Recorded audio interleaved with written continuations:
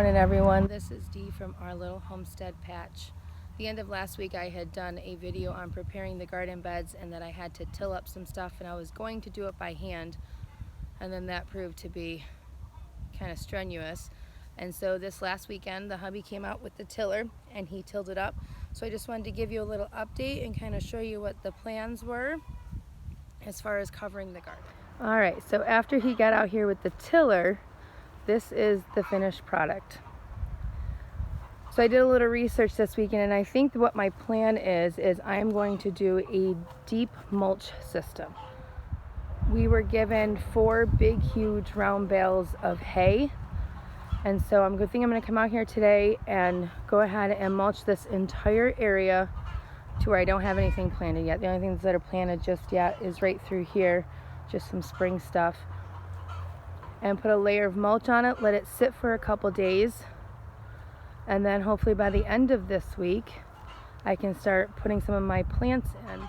The weather forecast for this week is looking wonderful. High 70s, low 80s for the entire week, not cool nights. And so I'm looking forward to getting some greens in here. Some of the plant starts that I have in the house under the grow light, getting them out here so that way they can start to take off. So I'm going to mulch this today, and then hopefully I'm going to get my trellises up for my cucumbers and some of different varieties of pole beans. I did get some noodle beans from Baker Creek, and so I'm excited to grow those and see how those do.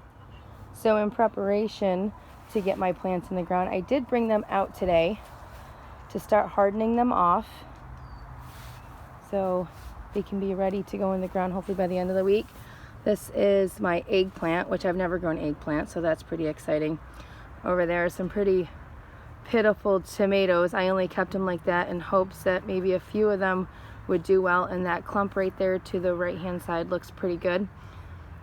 Those are the beefsteaks. These are just some forget-me-nots that I went ahead and planted upstairs. My peppers. And over there are some more peppers. Most of them are green bell, they're kaleidoscope.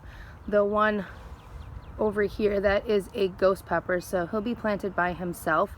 And then these 2 trays right here are some different things of hot peppers. And then some more tomatoes. Some of the tomatoes aren't looking too good, but we'll see what happens. These little guys right here are my husband's experiment. He's always wanted to grow an enormous pumpkin. So we have Big Moon and Big Max, which get supposed to get anywhere between 1 and 200 pounds a piece. So we'll see how those go.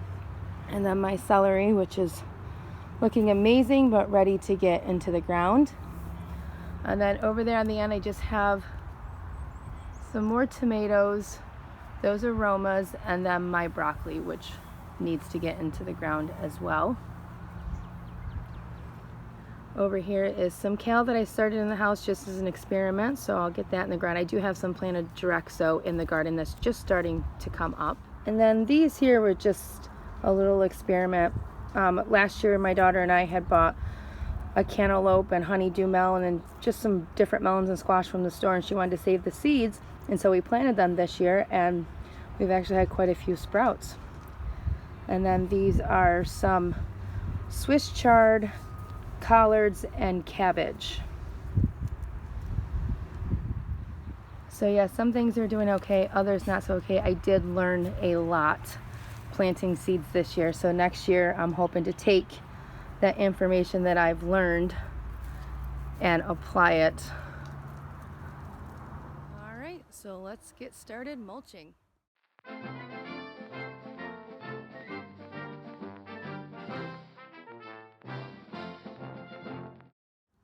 So the hay that I'm using came from a local farmer around the corner from us. He used to hay his fields pretty regularly, but since then he's retired, and so the bales that I have, I had got 4 from him, and they have been sitting out in the field. I mean, they were covered with a tarp, but not wrapped in the white plastic for probably a good 5 years. So the top layers of the hay has actually started to decompose already. And so it's not really good for anything except for mulch. So I'm just taking the hay and breaking it up and shaking it around. My hopes in this is that it will create a nice layer to protect the soil, to keep it nice and moist. Because I did not do it over on my onions, and I noticed when we got a few days where we didn't have any rain, the ground has started to crack. And so once I get all this done, I do plan on going back through and mulching some of the plants that have already came up. And so when it's time to plant, I'll just pull back the hay, plant my vegetables or my rows, and then once the plants sprout and get established, then I can go ahead and push the mulch back around it. So that's the plan. First year trying this, so we'll see how it works out. Well, I got most of this bale that was laid out on the ground. Here's the rest of the bale, so there's still quite a bit left. But if you remember me talking about Houdini hen, so I come out here and I'm digging through the hay. One rogue egg. So I'm anxious to see as I start to uncover the second bale if she hasn't decided to lay some in there as well. Even with her wings clipped, she still manages to get out. That's why her name's Houdini. So as you can see, this hay has been sitting for an awful long time. Over on the ends that were exposed to the elements, it's just already decomposing. And then in the middle here, I mean, it's just stuck right together and just kind of seized up, which is fine. I just break it up when I put it in the garden. But it was free and it's organic, and so how can you go wrong? I also use it for bedding in the chicken coop and the goat barn, and so as I clean the goat barn out, I will just keep it aside so that way in the fall all that stuff that's from the goat barn can go back on the garden to prepare it for next year. But it's coming along. It's about halfway done. Not too bad. It's been about 20 minutes. So I'm out here getting this mulch cover on my garden, and I can hear the chickens in there. I love the sound of hearing them when they lay their eggs. Alright guys, so the garden is completely mulched. So we're supposed to get a little bit of rain later on in the week, and I'm hoping with the morning dew and that little bit of rain just kind of beat it down a little bit, make it a little more uniform. And then hopefully Friday, Saturday, sometime this weekend, I can get out here and start putting my plants in.